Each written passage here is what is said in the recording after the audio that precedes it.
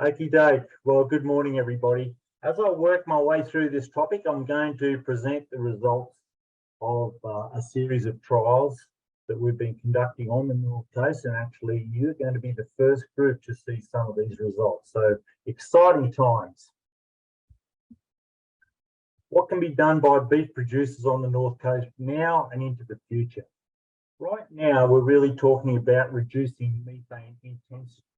So, for example, for every 100 cows that you might have, we know that roughly a cow produces 100 kilograms of methane per year. So from 100 cows, 10,000 kilos, 10 tons of methane being produced per year. So from those 100 cows, if you're producing 90 calves that weigh 300 kilos, you're producing 27,000 kilos, 27 tons of beef per year. So producing 2.7 tons of beef for every kilo of methane, or another way to look at it, methane intensity, 0.4 kilos of methane produced for every kilo of beef that comes off your farm if you're selling weans. Conversely, if you, from those 100 cows, you're producing 75 calves that weigh 240 kilos and you're selling 18 tons of beef. And this that enterprise would be requiring 0.6 kilograms of methane for every kilo of beef produced. So that's what we talk about. If you've read the term methane intensity, that's really what we're talking about. So the good news is that reducing your methane intensity right now involves increasing productivity. And so that's a win-win. You might find that, but we're not really changing methane production unless you can, achieve higher weaning rates, more kilograms of beef produced from a fewer number of cows by increasing the efficiency of your operation. The future is where we're talking about reducing methane production outright, and we will touch on that.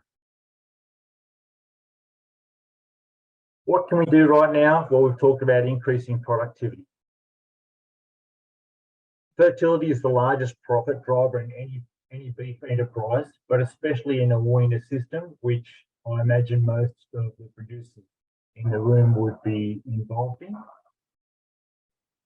So as well as being the largest profit driver, we've got a couple of levers to work on herd fertility, genetics, and also managing for herd to increase herd fertility.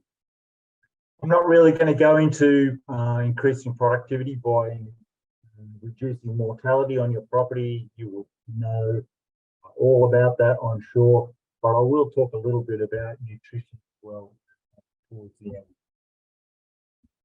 The genetics of fertility. So you may be aware of the work done by New South Wales DPI 30 to 35 years ago at the Grafton Research Station, which showed the advantages of an F1 Brahman Hereford cow system over either a straight bred Brahman or the straight bred Hereford cow. The gross margins of those F1 cows were 50% higher due to higher weaning weights, lower mortality, higher cull cow weights, etc. So we still do see indicus content in the North Coast especially, although there has probably been a shift towards the Angus cattle, for example. But what we are seeing more of is composites. So crisscross system or some kind of British Euro Brahman composite. So while that is still an advantage, in general, we are seeing a dilution of the benefits of hybrid vigor. So the benefits in a composite are not as great as an F1 system. So the other trend we're seeing is the impact of Bos indicus content is actually reducing fertility. So this does seem to be getting exacerbated, perhaps with increasing cow size and producers not reducing the number of cows compared to 20 or 30 years ago, even though the cows may be 20% heavier. But I also, my own opinion is that it's a result of Brahman seed producers not using EBVs, not selecting for fertility. It does seem to be an issue with the breed, especially for Queensland breeds. You know, I have a look at the Rockhampton sale. You know, three days worth of Brahman sales, and only a handful of bulls seeming to have EBVs there. So without selection for fertility, then fertility can easily fall by the wayside, and we are seeing that. It's really important for producers to select for fertility in their herds, for example, through your bulls. And the most direct way to do that would be in a days to calving EBV. If the bulls you're looking at don't have that, then you would be looking at scrotal circumference. Most people would be aware that scrotal circumference in bulls is highly correlated with fertility in the daughters of that bull. Other EBVs to look at include the fatness of that bull. So we're definitely talking about genetic fatness. It's very important to distinguish that from how fat the bull is that you're looking at. He may be fat because he's come off oats or because he's been fed grain. But what you really need to be able to do is compare apples with apples and make sure you're looking at genetic fatness. So the fat of the bull, more likely that his daughters are also going to have the ability to lay down fat and be more fertile. Mature cow weights are also important. As cow weights get bigger, then there's a strong correlation for puberty to be delayed in those cows and in their daughters. It's just a slower maturity pattern. Net feed intake and also growth EBV. So an animal that is more efficient, so has lower net feed intake, in general are going to be leaner. And so that's going to work against fertility. Bulls with high growth, they're EBVs. Growth and weight for age is highly correlated with mature cow size and mature weight. So high growth EBVs are going to work against fertility. So I've taken a little bit of time there to explain those, but it's really important because the fertility is emerging as a major issue.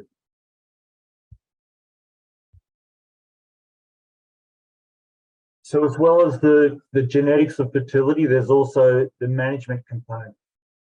And so talking about joining periods and bull management, you know, there will be a number of herds where the bulls are in all year round. It's very hard to monitor fertility in females when bulls are in all year round. And especially if producers are then selecting their replacement heifers on heifer size. If they're all from a particular joining period, then that is a valid thing to do. But if they're from different ages, then very hard to do that reliably. And the biggest heifers may be coming from a cow that only calves, you know, not every year, every 18 months, and of course she has a lot more milk production and to give a better calf. So that's one thing. I'd also say that not enough producers apply selection pressure to their heifers. The correlation with producers selecting what they think looks like a fertile heifer and what is actually a fertile heifer is zero. So what I would like to see more of is more heifers being kept, perhaps take off the top and the tail, more heifers being kept, a shorter joining period for those maiden heifers to place some selection pressure on getting in calf perhaps a 5 or 6 week joining period for maiden heifers. What we do know about fertility is that it is low to moderately heritable, but very highly repeatable. So that a heifer that goes in calf in a short joining period is much more likely to go in calf every year for the rest of her life than those that don't. or that take 9 or 10 weeks to carry calf that first joining. I'd like to see some selection pressure on heifers rather than just wait for age, but a more moderate size heifer that has good fat cover. Teenage pregnancies, I'm going to talk a little bit more about that. It came to light in one of our trials. Another aspect of managing fertility is vaccination. So in particular, 3-day sickness in bulls can be an issue, especially if the bulls come outside the area. And as I said, the trend to Angus, we do see more Angus bulls coming from the tablelands where they wouldn't have had exposure to some of these diseases. And also paying attention to pestivirus or other diseases that can affect fertility. And also drench-resistant worms. I'm going to present some data about that shortly. So look, just like to summarise some trial work that New South Wales DPI has been done in collaboration with local land services and also with Livestock Australia. So the first of these trials was a drench demonstration trial at Duck Creek, which is on the coastal flats just south of Ballina. It involved 240 commercial crossbred steers that had just been sourced out of the sale yards. Over 60 pigs represented, unknown history. A couple of years ago, they were, we started this trial on the 1st of September, and these yearling steers weighed about 300 kilos. We had 3 pour-on and 2 oral drenches and a control in the trial. Weight gain was highly correlated with Homunculus Barber's poleworm, not the sheep Barber's poleworm, but the cattle Barber's poleworm, Homunculus placii. And you can see there that the doramectin treatment would basically had no control over Homunculus. So doramectin is your Dectomax product. We would expect the same results for eprinomectin, so eprinomex, but also your ivermectin products. And there's a whole host of those. We were surprised to find that some of the old oral products, such as levanosol, oxbendazole, provided excellent control of these worms, and also the moxidectin treatment. As I said, highly correlated with steer weight gain. So the control and doramectin or Dectomax, I've used the commercial names in this slide just so that you're familiar with what they actually are. We're about 10 kilos lighter a month after treatment, and this continued on through the duration of the 3-month trial. So that was a bit of an eye-opener. Around the same time, we also did an injectable trace minerals trial. This was done at Wallenbar, looking at the impact of trace minerals on steer health and growth. So 25 commercial weaner steers were sourced privately from 5 different properties, vaccinated for pesky, botulism, respiratory disease, 5M1, as well as others. We looked at antibody response, health, and weight gain. We did find some difference in vaccine response as a result of injectable trace minerals, but there was no difference in observable health, weight gain, and the carcass feedback or lung lesions. No impact of weight gain on grass, and in fact, those half the steers that were treated with injectable trace minerals had significantly lower weight gain in feed. We're not sure why, but we are looking into that. For us, the take-home message, and for the producers here today, the take-home message is that there is no magic bullet. Trace minerals only correct a known deficiency. But in terms of expecting a trace mineral to do something magical, if we have a dry spring this year, it won't. What your breeders really need will be energy. We run into a dry spring. Putting out a lick block will not do anything.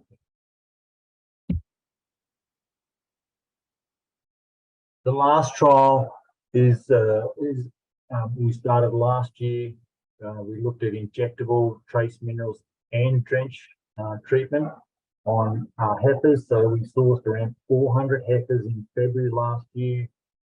We established their trace mineral status with some blood work, sourced some heifer bulls for these heifers. We had planned to calve at 2 years old, but we had to stretch that out to 2.5 years. They've had a hard time, these heifers.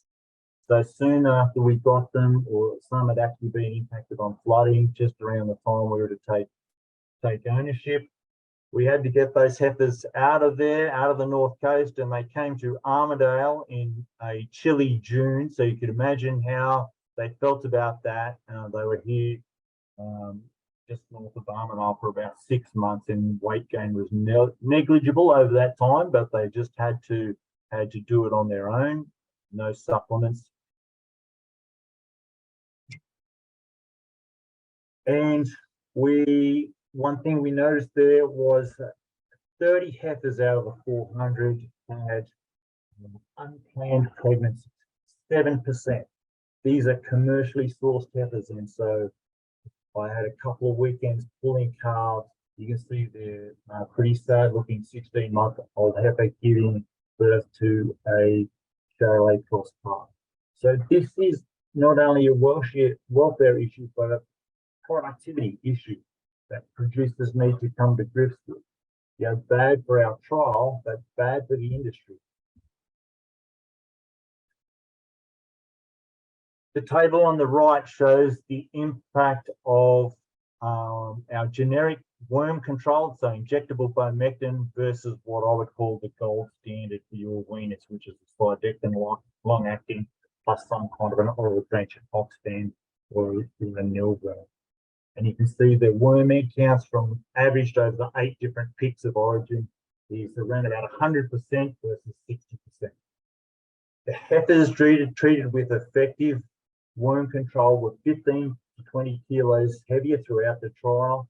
We pre-tested 306 heifers about 3 weeks ago. 55 heifers out of the bomectin treatment were empty versus 25 in the Gold Star treatment. So that's, you know, demonstrates the impact of drench-resistant worms in your part of the world. Again, the injectable trace minerals had no impact on weight gain or fertility. What you can do right now: nutrition, correcting soil nutrient deficiencies, phosphorus, sulfur, and lime. The lime is going to correct acidity as well as aluminium.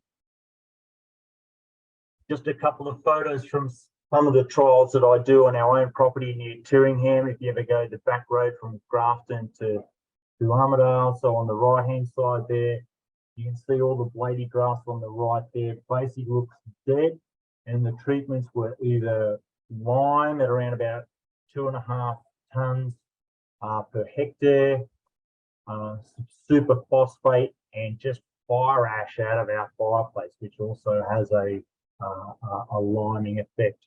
And that blady grass died as if it was sprayed with Roundup. So it was really interesting. The photo on the left shows again the impact of lime on crop-cured pasture, and how you can see on the left there very little clover versus the right. The future, actually reducing methane. Again, there's going to be a genetic component. What we know from all the trial work done right here in the animal house at UNE in Armidale is that methane production is heritable between bulls.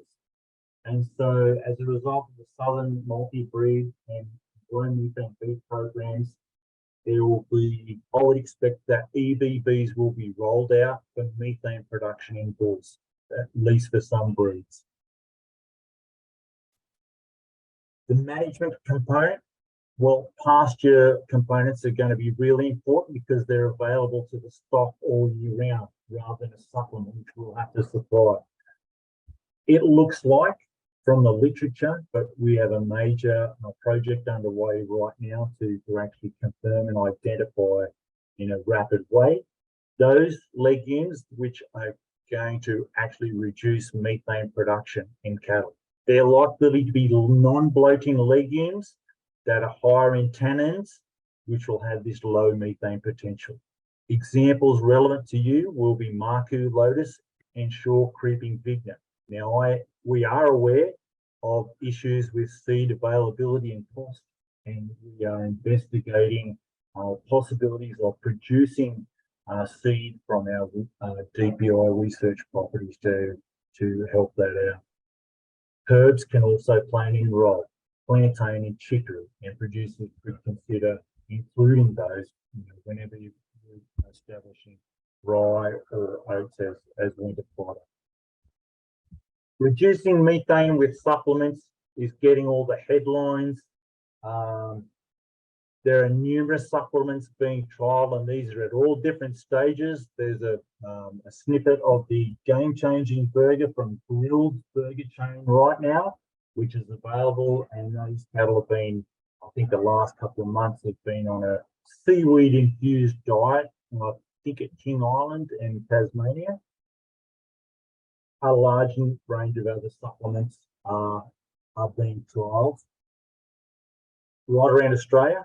The potential for their use in beef pasture systems at this stage is uncertain. But what I will say is I believe that the North Coast is really well suited to the rollout of these and whatever it might be. Firstly, we're looking at weaner systems. So 75% of your pasture intake and therefore 75% of your methane is coming from your cows in your weaner system. So we've got a great opportunity to really drive down methane and from your enterprises. Mostly got tropical-based pastures that can benefit from supplements such as oils and palm kernel meal, as that might be part of any supplement that could be supplied to stock. Oils and palm kernel meals, that we know that they're going to work in reducing methane as well. For the most part, we're dealing with smaller enterprises, small paddock size, more accessible. And also, producers are probably in the habit of providing mineral supplements in your part of the world. So I believe it's just a small step to rolling out those supplements that can actually reduce methane as well. Thank you.